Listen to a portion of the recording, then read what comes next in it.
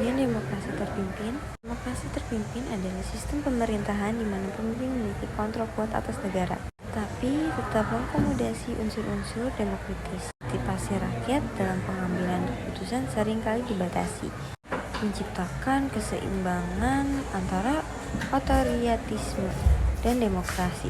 Belakang, demokrasi terpimpin di Indonesia muncul akibat ketidakstabilan politik dan ekonomi setelah kemerdekaan, serta pengaruh ideologi nasionalisme dan sosialisme. Soekarno memperkenalkan sistem ini pada 1957 untuk menciptakan stabilitas dan kesatuan nasional, sambil menyeimbangkan pengaruh global dalam konteks Perang Dingin.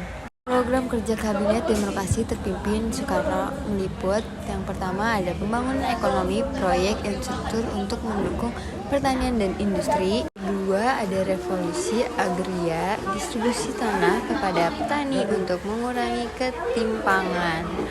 Yang ketiga ada pendidikan dan kebudayaan, meningkatkan akses pendidikan dan promosi budaya lokal. Lalu yang keempat, stabilitas politik, pembatasan oposisi dan pengendalian media untuk menjaga ketertiban. Dan yang kelima, diplomasi internasional, memperkuat hubungan dengan negara non-blok dan mendukung kemerdekaan negara lain. Program ini bertujuan untuk mencapai stabilitas dan perkembangan nasional. Kabinet Demokrasi Terpimpin yang dibentuk Soekarno ditandai oleh yang pertama, peran militer. Militer memiliki pengaruh signifikan dalam politik. Yang kedua, penggabungan partai. Beberapa partai digabung untuk mengurangi perpecahan. Yang ketiga, kebijakan ekonomi, fokus pada pembangunan dan program pengentasan kemiskinan. Yang keempat adalah pengendali media dan oposisi dibatasi untuk menjaga stabilitas. Yang kelima, nasionalisme, penekanan pada persatuan dan identitas Indonesia. Kabinet ini berupaya mengatasi tentang politik dan sosial di Indonesia. Lalu yang kelima adalah peranan tokoh. Yang pertama adalah Soekarno, presiden yang merumuskan dan menerapkan konsep demokrasi terpimpin, menekankan nasionalisme.